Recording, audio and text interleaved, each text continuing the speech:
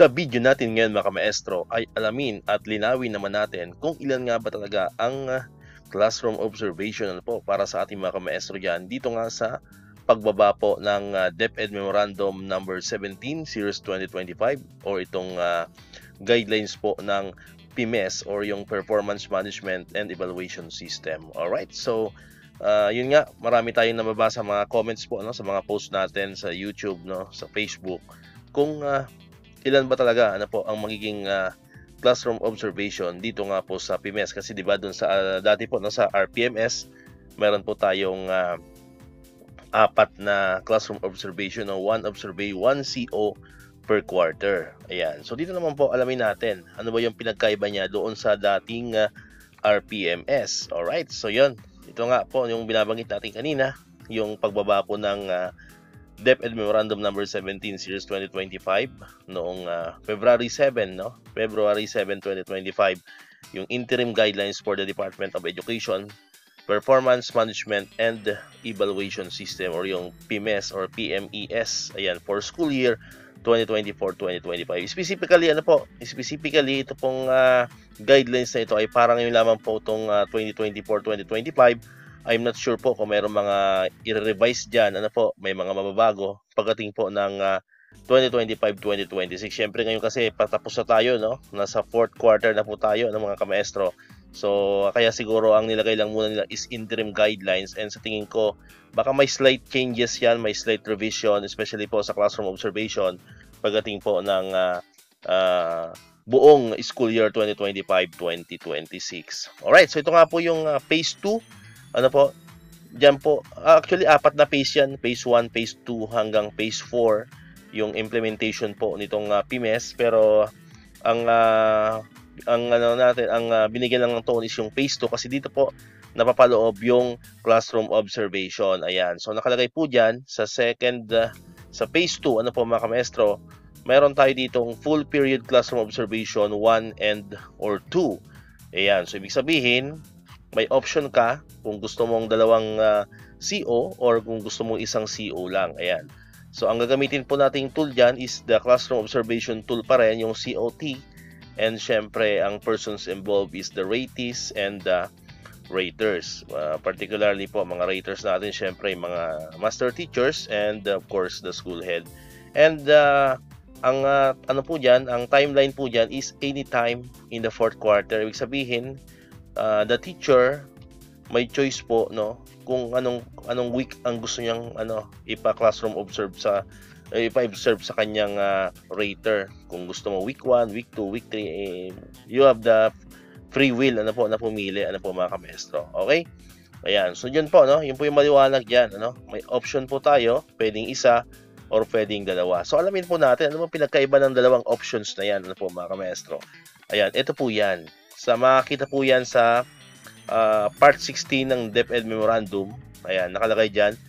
Outlines the option A schedule detailing the distribution of objectives, COIs, or yung COIs po is ibig sabihin yan is the classroom observable indicators that shall be observed in the first and second full period classroom observations for both proficient and highly proficient teachers, while figure 6 naman represents the option B, specifying the classroom observable indicators to be observed in the single full period classroom observation for proficient and highly proficient teachers. So, unahin po natin itong figure 5. Ayan, ito po yung option A. Ayan, ito po yung unang option po na pwedeng piliin po natin. Pareho po, for both proficient and highly proficient. So, ulitin lang po natin. Almost the same lang naman po ito sa RPMS. Yung pag sinabi nating proficient teachers, ito po yung nabibilang sa teacher 1 hanggang teacher 3, and pag nagkaroon na rin ng teacher 4 hanggang teacher 7, so kabilang po doon sa proficient teachers. And pagdating naman sa highly proficient, ang mga kasama naman po dito is yung of course yung ating mga master teachers from master teacher 1 hanggang master teacher 4, and pag effective na rin po yung master teacher 5. Alright, so ito po yung option A. Ayan, mayroon po tayong 2 full period classroom observations schedules, ayan, for school year 2024-2025. So ito po, dalawa ang classroom observation na ikakandak po sa atin mga kamaestro. So nahati po dyan yung mga COI or yung mga classroom observable indicators mga kamaestro. Sa first full period, ito yung iyong first classroom observation, kailangan po ay mo-cover niya no? Yung 5. Ibig sabihin, pag inobserbahan ka mga kamaestro, makikita dapat ng raters mo or ng observer mo itong 5 objectives na ito mga kamaestro. So, specifically, ito pong objective 1.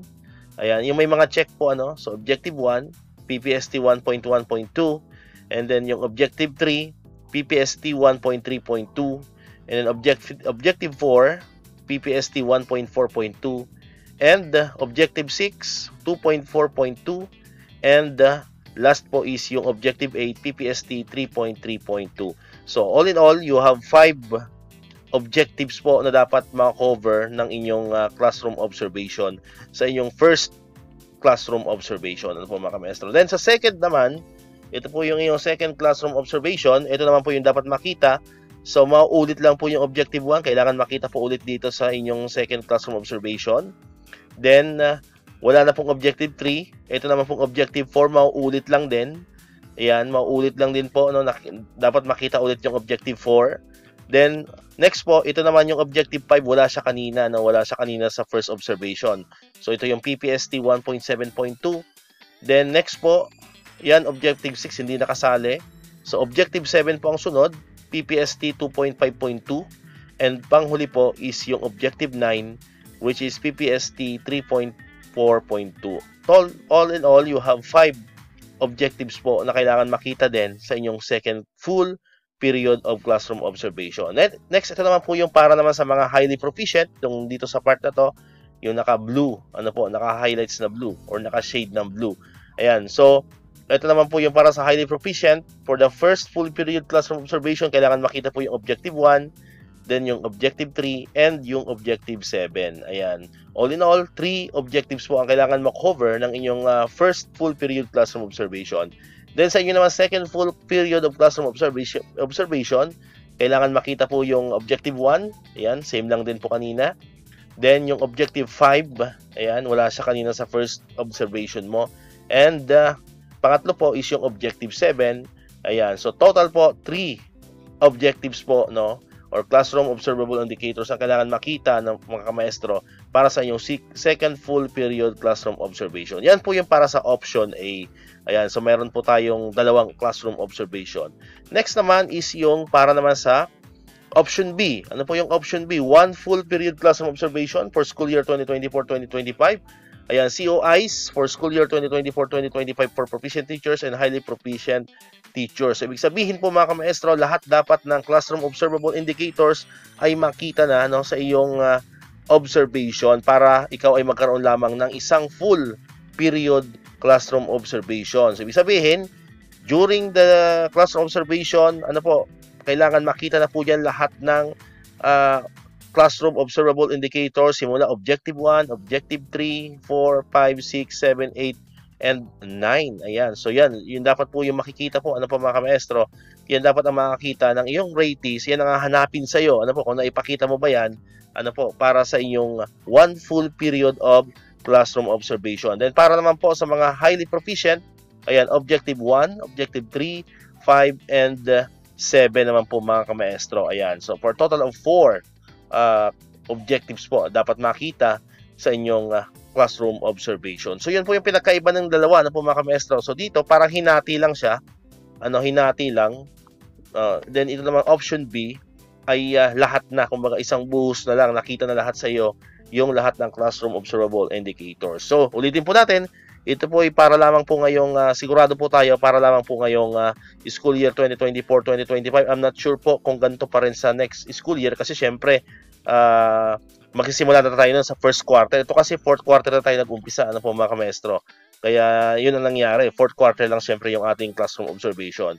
But sa darating pong 2025-2026 na school year, so syempre isang buong taon na po yun. So I'm not sure kung paano maging distribution nitong classroom observation po para sa atin mga kamaestro. Alright, so hopefully po inalinawan yung mga kamaestro natin dyan, no, patungkol pa rin dito sa Performance Management and Evaluation System na napapaloob po sa DepEd Memorandum number 17 series of 2025. Alright, so dito ko natatapusin itong ating video ngayon mga kamaestro.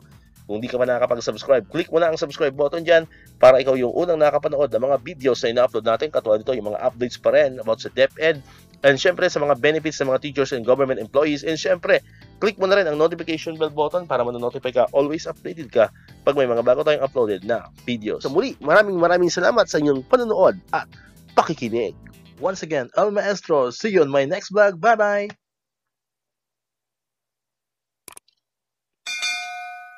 1, 2, 3